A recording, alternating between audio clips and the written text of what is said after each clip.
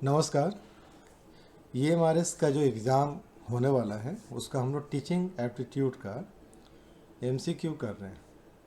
और MCQ का जो पैटर्न है ना वो आपका मिक्स पैटर्न है। और आज का मैंने थोड़ा सा कोशिश किया है, वो 100 क्वेश्चन तो नहीं है आज, लेकिन आज मैंने थोड़ा सा असर्शन वगैरह डालने का भी कोशिश किया है, चूँकि वो आपका ये में था। ठीक है, तो थोड़ा सा मैं ये कर रहा हूँ कि जो उसका पैटर्न है उस पैटर्न को लेकर के चल रहा हूँ। तो थोड़ा सा इसमें मेहनत है। आज हिंदी आज इसमें नहीं है, थोड़ा सा इसको इंग्लिश में ही आज रह गया ये।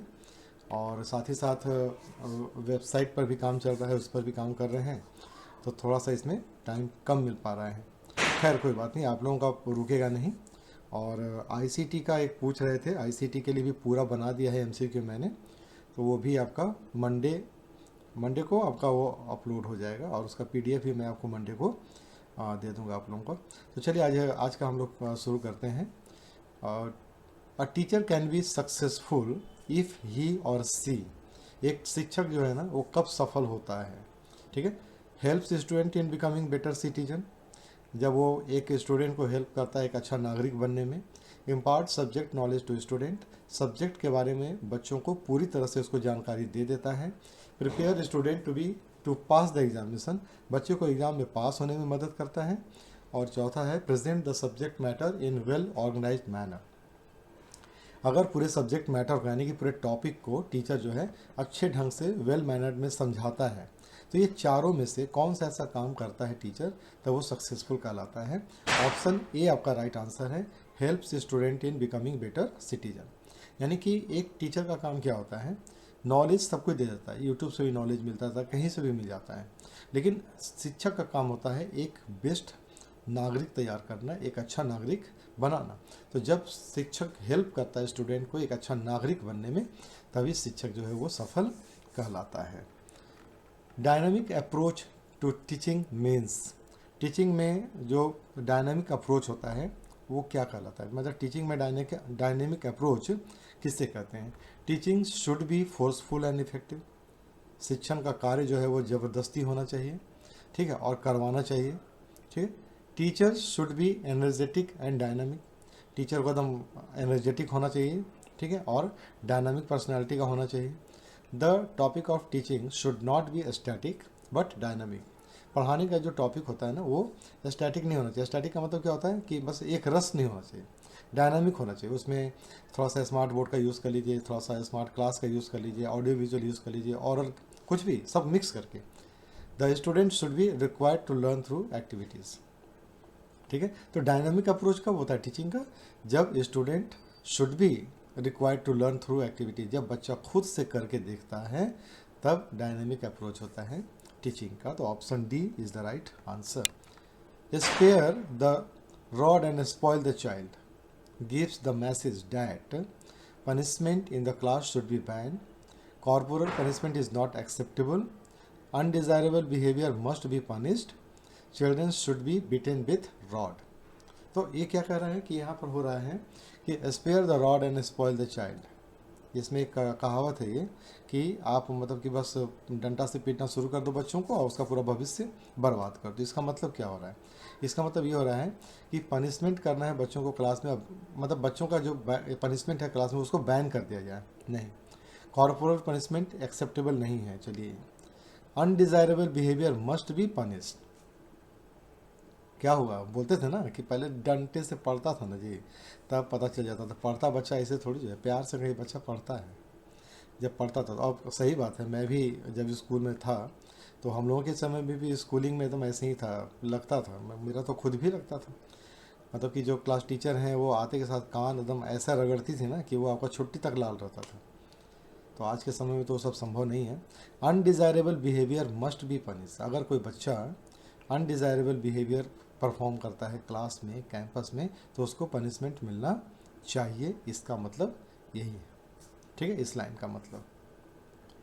Children should be beaten with rod, rod से बच्चों को पीटना है, ये इसका मतलब नहीं होता है। अगला क्वेश्चन है, at the primary school stage most of the teachers should be women because they, primary इस स्टेज में यानी कि क्लास 1 2 3 में, किडर गार्डन में, आपका LKG UKG में जो मैक्सिमम जो टीचर होते हैं ना वो वुमेन्स होती हैं, महिलाएं होती हैं। ऐसे मतलब क्यों होती हैं, बिकॉज क्यों होती हैं, they can teach children better than man, वो पुरुषों से अच्छा पढ़ा देती है। No basic content better than man, पुरुषों से ज़्यादा अच्छा समझती है कंटेंट को। Are available on lower salary, उनको कम पैसे में रखा जा सकता है। या फिर can deal with children with love and affection. So option D is the right answer. सही आंसर क्या है? ऑप्शन डी है। क्यों? क्योंकि महिलाएं जो होती है ना, महिला शिक्षिका जो होती हैं, वो मतलब बच्चों के मनोवृत्ति को समझती है, उसको क्या चाहिए, कब क्या रिक्वायरमेंट है, उसका चेहरा का फेशियल एक्सप्रेशन से बोल भी नहीं पाता है तब भी वो समझ जाती है। तो ये सारी गुण उनके अंदर होता है। वो बच्चों को अच्छी तरह से डील करती है प्यार के साथ में, उतने अच्छे से या उतने पेशेंस के साथ में पुरुष शिक्षक जो है वो डील बहुत ही कम ही लोग कर पाते हैं, सब लोग नहीं कर पाते हैं। तो इसलिए right answer D. A person can enjoy teaching as a profession when he, एक इंसान जो है वो टीचिंग को एक एज ए प्रोफेशन इंजॉय करता है कब? हैज़ कंट्रोल ओवर स्टूडेंट, जब उसका कंट्रोल होता है बच्चों के ऊपर में तब। कमांड्स रिस्पेक्ट फ्रॉम स्टूडेंट, ठीक है। Is more qualified than his colleague, is very close to higher authority. एक शिक्षक, एक जो इंसान है जो टीचर बन गया है, वो टीचिंग को कब एंजॉय करता है, अपने प्रोफेशन को कब एंजॉय करता है? जब वो अपने सीनियर के साथ चमचागिरी में लग जाता है तब नहीं। Is more qualified than his colleague, अपने दोस्तों, अपने जो सहकर्मी हैं उनसे ज़्यादा काबिल है? नहीं।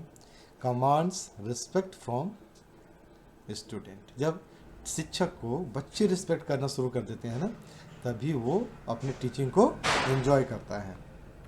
Option B is the right answer. A good teacher must be, एक अच्छे शिक्षक को क्या होना चाहिए? Resourceful and autocratic, resourceful and participative, resourceful and authoritative, resourceful and dominant. Dominant का मतलब क्या होता है? हावी रहना। अथॉरिटेटिव का मतलब क्या होता है? अधिकार जताना। और ऑटोक्रेटिक का मतलब होता है सब कुछ स्वतः होते रहना। तो टीचर को क्या होना चाहिए? रिसोर्सफुल तो होना ही चाहिए, साथ ही साथ पार्टिसिपेटिव होना चाहिए, बच्चों के साथ मिल करके उसको लर्निंग को अच्छा बनाना चाहिए। Option B is the right answer. Which one of the following is a scale down teaching situation, ठीक है। Micro teaching, team teaching, cooperative teaching, macro teaching, team teaching, cooperative teaching and micro teaching, ठीक है। तो which one of the following is a scale down teaching situation. जब आपका teaching का जो situation होता है थोड़ा सा अगर गंभीर हो जाए तो माइक्रो टीचिंग जो होता है उस चीज़ को मतलब कि हल्का कर देता है, आपके काम को हल्का करता है। क्लास स्टैंड फॉर, क्लास का मतलब क्या होता है? Complete literacy and studied in school, computer literate and student in school, computer literacy and studies in school, centre for literacy and study in school. So इसका सही आंसर हो जाएगा computer literacy and study in school. Class का मतलब ये होता है, वो वाला क्लास नहीं है, ये बस एक शॉर्ट फॉर्म बना दिया गया है computer literacy and study in school को। While delivering lecture, if there is some disturbance in the class, a teacher should keep quiet for a while and then continue. अगर मान लीजिए कि आप लेक्चर दे रहे हो, क्लास में पढ़ा रहे हो, अब बच्चे लोग हल्ला कर रहे हैं, डिस्टर्ब कर रहे हैं, तो टीचर को क्या करना चाहिए? Keep quiet for while and then continue, चुप हो जाओ कुछ देर के लिए, हल्ला करने दो, उसके बाद पढ़ाना शुरू करो। नहीं। पनिश दोज काउजिंग डिस्टर्बेंस, जो डिस्टर्ब कर रहा है उसको पनिश करो। नहीं। Motivate to teach those causing disturbance, अब उन बच्चों को मोटिवेट कीजिए जो डिस्टर्बेंस क्रिएट कर रहा है। पता कीजिए कि क्यों डिस्टर्बेंस क्रिएट कर रहा है, कहीं ना कहीं तो कुछ प्रॉब्लम होगा, सुनाई नहीं दे रहा होगा, पढ़ाई नहीं दे रहा होगा, समझ में नहीं आ रहा होगा, ठीक है, अननोन लग रहा होगा। तो उसको मोटिवेट करना है, उसका प्रॉब्लम को समझ के मोटिवेट करके उसको क्लास में जोड़ लेना है, यही टीचर को करना चाहिए। Not bother of what is happening in the class. अब ये भी नहीं होता है कि भाई कर रहा है हल्ला करो जाओ, हम अपना पढ़ाएंगे, लेक्चर देंगे, घर मैंने क्लास जाके स्टाफ रूम में जाके बैठेंगे, ऐसा नहीं होना चाहिए, ठीक है। Effective teaching is a function of teachers satisfaction, teachers honesty and commitment, teachers making student learn and understand, teachers liking for professional excellence.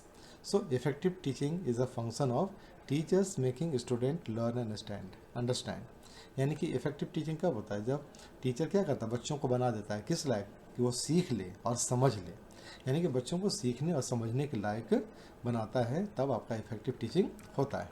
The most appropriate meaning of learning is acquisition of skill, modification of behaviour, personal adjustment, inculcation of knowledge.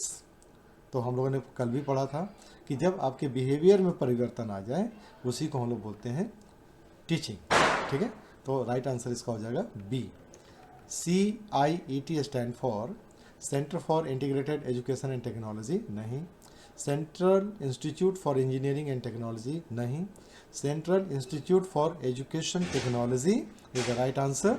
Centre for integrated evaluation techniques, नहीं। इसका सही answer हो जाता है CIET। और CIET क्या करता है, तरह तरह का आपका एजुकेशनल वीडियोस और लेक्चर्स वगैरह बनाता है और उसको प्रसारित करता है टीवी के माध्यम से। तो हम लोग देखते हैं ना, बहुत सारे एजुकेशनल चैनल्स हैं।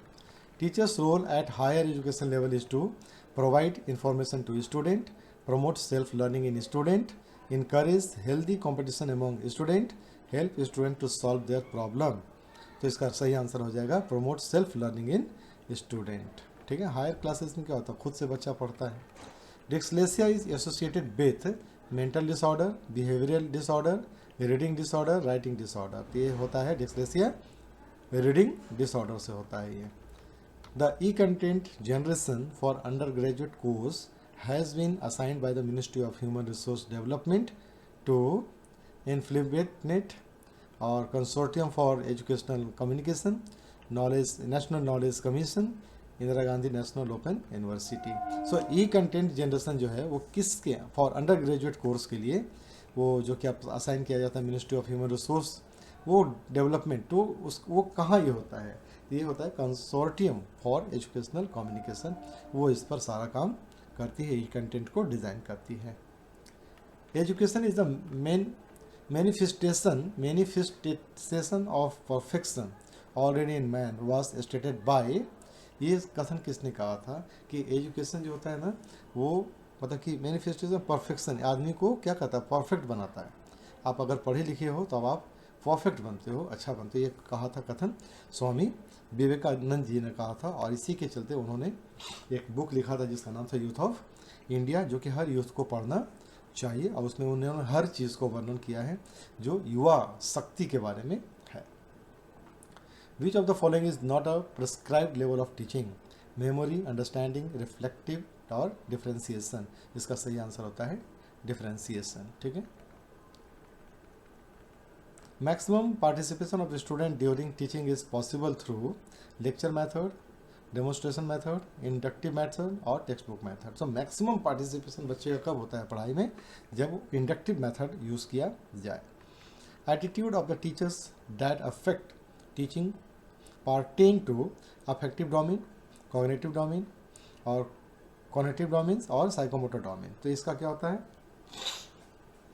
Option A affective domain. Affective domain में क्या क्या आ जाता है, आपका एटीट्यूड आ जाता है, वैल्यू आ जाता है, आपका इमोशन आ जाता है, ये सारी चीज़ें उसमें आ जाती हैं। A good teacher is one who give useful information, explain concept and principle, give printed notes to student, inspire student to learn. So इसका आंसर हो जाएगा inspire student to learn. Greater the handicap of the student coming to the education institute, greater the demand on the family, society, teacher, state. सही answer होता है इसका teacher. What of the following attributes did not great strength of a teacher? Full-time active involvement in the institutional management, setting example, willingness to put assumption to the test, acknowledging mistakes। तो ये चार आपके पास option, ठीक है। अब आपके पास आता है select the correct answer from the code given below. अब यहाँ पर कोड दिया हुआ है, ऑप्शन ए में है ए, बी एंड डी, तीनों आपका सही है। ऑप्शन 2 में है B, C and D. Option 3 में है A, C and D. Option 4 में है A, B, C and D, चारों। इसका सही आंसर हो जाएगा B, C and D. So B भी सही है, सी भी सही है और डी भी सही है। आपका ए जो है वो नहीं है, ठीक। तो इसको हम लोग को ये एक इस अलग तरह का क्वेश्चन था, ये इस तरह का क्वेश्चन भी आपका आएगा। तो क्वेश्चन का पैटर्न जो है ना थोड़ा सा लेंदी रहेगा, मतलब कि आपको पढ़ने में टाइम देना पड़ेगा आपको। Which one of the following statement is correct is the context of multiple choice type question. So they are most objective, than true false type question, they are less objective than ऐसे type question नहीं होगा ये, they are more subjective than short answer type question ये भी नहीं होगा, they are more subjective than true false type question नहीं होगा, तो they are more objective than true false type question. ठीक है, ये आपका सही आंसर है। What are required for good teaching, diagnosis, remedy, direction, feedback. अब इसमें चारों देखिए मिलता जुलता आंसर है। ठीक है, डायग्नोसिस, रेमेडी, फीडबैक, डायरेक्शन ये सब मिलता जुलता है। अब गुड टीचिंग के लिए क्या क्या चाहिए, अब इसमें भी आपके पास करेक्ट आंसर का एक पूरा कोड सेलेक्ट करना है। क्या ऑप्शन ए दे रहा है A B C and D, चारों दे रहा है ये। ऑप्शन 2 क्या दे रहा है, ए एंड बी दे रहा है। 3 क्या दे रहा है, बी सी डी दे रहा है। 4 क्या दे रहा है, सी एंड डी दे रहा है। जिसका सही आंसर क्या हो जाएगा, option A B C D, चारों गुड टीचिंग के लिए जरूरी है। तो इस तरह का क्वेश्चन आएगा, 100% आएगा। A teacher in a classroom has immediate control over the self-selected method of communication and the message, the audience, the noise and the reception, the feedback, the technology and the audience experience, the communication channel, other communicators and external factor. इसका सही answer होता है कि a teacher in a classroom has immediate control over self, खुद पर control करना है। Selected method of communication, क्या उसको बोलना है उस पर कंट्रोल करना है, और क्या मैसेज डिलीवर करना है उस पर कंट्रोल करना है। ये 3 चीज़ पर कंट्रोल कीजिएगा, आपका क्लास कभी डिस्टर्ब नहीं होगा। हम लोग जो बोलते हैं ना कुछ कुछ बातचीत के क्रम में, वो क्या करता है, सामने वाले को डिस्टर्ब करता है, तो ये होना नहीं चाहिए। आप जो मैसेज डिलीवर करते हैं वो अगर गलत आपने कर दिया तो वो डिस्टर्ब करता है। तो ये 3 पर आपको कमांड कंट्रोल करना है। What do communicated words carry in a classroom situation. ठीक है, व्हाट डू, क्या करोगे जब communicated word carry in a classroom situation, जो जाता है कम्युनिकेटेड वर्ड जो आपने बोला वो वर्ड जब कैरी होता है क्लासरूम में तो क्या सिचुएशन होता है, inspiration, controversy and introspection, diversion, criticism and irrationality, insipidity, irrationality and non acceptance, power, structure and tradition. तो जब आप जो बोलते हो, कम्युनिकेट करते हो, वो वर्ड जब क्लासरूम में बच्चों के बीच में जाता है तो सिचुएशन क्या बनता है, पावर, स्ट्रक्चर एंड ट्रेडिशन। ठीक है, इसी के लिए हम लोग पढ़ाते हैं बच्चों को। Select the alternative which consist of positive factor contributing to effectiveness of teaching. List of factor यहाँ पर दे दिया गया, कौन कौन सा alternatives which consist of positive factors contributing to effectiveness in the of the teaching. So teaching का जो इफेक्टिवनेस है, जो प्रभाव है, वहाँ पर कौन कौन सा ऐसा फैक्टर है जो कंट्रीब्यूट करता है उसमें। Teacher's knowledge of the subject पहला, teacher's socio economic background, communication skill of the teacher, teacher's ability to please the student, teacher's personal contact with student, teacher's competence in managing and monitoring the classroom transaction. ये आपके पास factor है। अब कौन कौन सा factor होता है, देखिए कोड क्या दिया हुआ है। ऑप्शन ए में B C and D, option 2 में है सी डी एफ, ऑप्शन 3 में है बी डी एंड ई, 4 में है ए सी एफ। इतने सारे इस तरह का क्वेश्चन आएगा 100%। आप इसी को लिख लो, बहुत सारे लोग इस तरह का क्वेश्चन नहीं करवा रहे हैं। ठीक है, सो आपको यहाँ पर मिलेगा ये क्वेश्चन। मैं पैटर्न समझ रहा हूँ, पैटर्न के अनुसार ही है ये। इसमें सही आंसर आपके पास हो जाएगा option 4 A C and F. ठीक है, A teacher's knowledge of the subject पहला, दूसरा C A communication skill of the teacher, और तीसरा है F teacher's competence in managing and monitoring the classroom transaction. Teacher's personal contact वो नहीं होता है कि मेरा दोस्त है, मेरे दोस्त का बेटा है, सब नहीं चलता है। ठीक है, बच्चों को खुश करने की कला हमको आती है तो ऐसा भी नहीं चलता है, ये सारी चीज़ें। और टीचर का सोशियो इकोनॉमिक बैकग्राउंड से क्या लेन देना है बच्चों को, तो ऑप्शन क्या हो जाएगा 4 A C and F. Assertion, बहुत अच्छा असर्सन यहाँ पर देख लीजिए, बहुत अच्छा क्वेश्चन है ये। The purpose of higher education is to promote critical and creative thinking ability among student. ये असर्सन क्या कि हायर एजुकेशन को प्रमोट करने का जो उद्देश्य होता है वो क्या होता है, क्रिटिकल और क्रिएटिव थिंकिंग को बढ़ावा देना बच्चों के बीच में। अब रीज़न क्या है, this ability ensure job placement. कारण क्या है, क्योंकि यही गुण जो है ना, क्रिटिकल और क्रिएटिव थिंकिंग का गुण, यही आज के समय में जॉब बच्चों को दिलवाएगा। तो अब यहाँ पर देखिए चूज़ करना आपको करेक्ट आंसर क्या है। Both A and R true, दोनों सही है, ए और आर ट्रू है, and R is the correct explanation of A. Both A and R true but R is not the correct explanation of A. ठीक है, तीसरा क्या दे रहा है, A is true but R is false, ये तो होगा ही नहीं। A is false but R is true, ये भी नहीं होगा। ठीक है, अब ए 1 और 2 में क्या है, एक बोल रहा है कि असर्शन सही है लेकिन रीजन जो है वो गलत है, और जो पहला क्या बोल रहा है कि रीजन सही है, वो एक्सप्लेन कर रहा है। नहीं, जो आंसर क्या है कि this ability ensure job, ensure नहीं कर सकता है। अगर आपके अंदर ये दोनों गुण है तो इंश्योर जॉब प्लेसमेंट के लिए नहीं करता है। इंश्योर जॉब प्लेसमेंट के लिए आपका अलग अलग फैक्टर भी होता है। अगर मान लीजिए कि बच्चे में क्रिटिकल और क्रिएटिव थिंकिंग बहुत अच्छा है उसका, लेकिन उसका सब्जेक्ट पर पकड़ नहीं है, तब क्या होगा? ठीक है, तो सब्जेक्ट को छोड़कर उसका क्रिटिकल और creative thinking other than subject पर बहुत अच्छा है, तो उससे क्या होगा, उसका प्लेसमेंट जो है वो इंश्योर नहीं होगा। ठीक है, हाँ वो किसी और चीज़ में बहुत अच्छा कर सकता है, लेकिन वो आपका एजुकेशन उस सब्जेक्ट से पर्टिकुलर रिलेटेड नहीं है जिसका कि उसके पास सर्टिफिकेट और डिग्री है। इसलिए सही आंसर क्या हो जाएगा इसका, option 2, answer 2। As a teacher select the best option to ensure your effective presence in the classroom. ठीक है, use of peer command, making aggressive statement, adoption of well establish posture, being authoritarian. ठीक है, as a teacher, एक teacher के रूप में आप select कीजिए इस चारों में से कि बेस्ट ऑप्शन क्या होगा जो इंश्योर करता है कि आपका प्रेजेंस जो है क्लासरूम में, उपस्थिति जो है वो बहुत इफेक्टिव है। Adoption of well establish posture, आप उस पोस्चर में रहते हैं जो कि सब कोई अडॉप्ट करता है, जो सबको अच्छा लगता है और आप वहाँ पर अच्छा परफॉर्म करते हैं।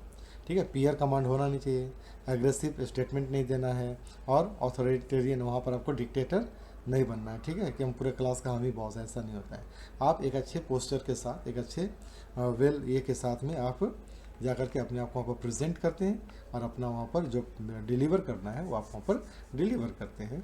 तो ये कुछ क्वेश्चन था, थोड़ा सा डिले हो रहा है कि थोड़ा सा टाइम मैं अभी दे दे रहा हूँ। एक तो वेबसाइट वाले पर काम पर दे दे रहा हूँ, दूसरा जो आईसीटी और कंप्यूटर साइंस के लिए पार्टिकुलर 1,000 का जो नोट्स बन रहा था उस पर थोड़ा सा मैं क्वेश्चन को छांटने, बनाने और लिखने में थोड़ा सा टाइम चला जा रहा है मेरा, तो वो चीज़ है। और अभी आने वाले समय में कल के बाद छुट्टी ही छुट्टी है, बहुत लंबी छुट्टी है हम लोगों की दिवाली की, तो उसमें मेरा कोशिश रहेगा कि और सोमवार तक, यानी कि होली के दिन, सोमवार या मंगलवार तक, होली के सॉरी दीपावली के दूसरे दिन तक आपका जो है आईसीटी का पूरा 1,000 क्वेश्चन का बुकलेट भी मैं डाल दूंगा और उसका पूरा एक्सप्लेनेशन भी मैं डाल दूंगा। तो वो पूरा बन करके रेडी हो चुका है, बस उसको टाइप करना बाकी है। तो उसमें थोड़ा सा टाइम जा रहा है, इसलिए आज 100 क्वेश्चन आप लोगों के लिए नहीं कर पाया मैं। ठीक है, तो कोई बात नहीं है, फिर कल लेके आऊँगा मैं 100 क्वेश्चन एकदम कंप्लीट एसर्शन वाली क्वेश्चन लेके आऊँगा, जो कि आपका पैटर्न के अनुसार रहेगा। आज के लिए बस इतना ही। आप लोग जानते ही हैं कि मेरा नाम गणेश अरण्य है और मैं एक शिक्षक हूँ और पिछले 27 सालों से इसी काम में जुड़ा हुआ हूँ, और मज़ा तो अब आ रहा है आप लोगों के साथ पढ़ा करके, अच्छा लगता है। और लगता है कि हाँ, अगर अगर आप लोगों का जॉब लग रहा है, लगा, अगर क्या होता है, लग नहीं लगना है, आप लोगों की जॉब लगे, आप लोग भी हमारे कम्युनिटी में शामिल हो जाएं, और अच्छा लगता है कि जब हमारी कम्युनिटी बढ़ेगी। शिक्षक ही होता है एक ऐसा कि होता नहीं कि कहते नहीं उसको कि अगर एक डॉक्टर ख़राब निकल जाए तो 4-5 ऑपरेशन ख़राब होगा, बहुत ज़्यादा से ज़्यादा। ठीक है, और अगर एक इंजीनियर ख़राब हो जाए तो पुल वगैरह टूटेगा बहुत ज़्यादा, पूरा मतलब कि 3, 4, 5, 10, 15 पुल टूट जाएंगे। लेकिन अगर एक शिक्षक खराब हो जाए तो क्या होगा, पूरा का पूरा पीढ़ी बर्बाद हो जाता है ना।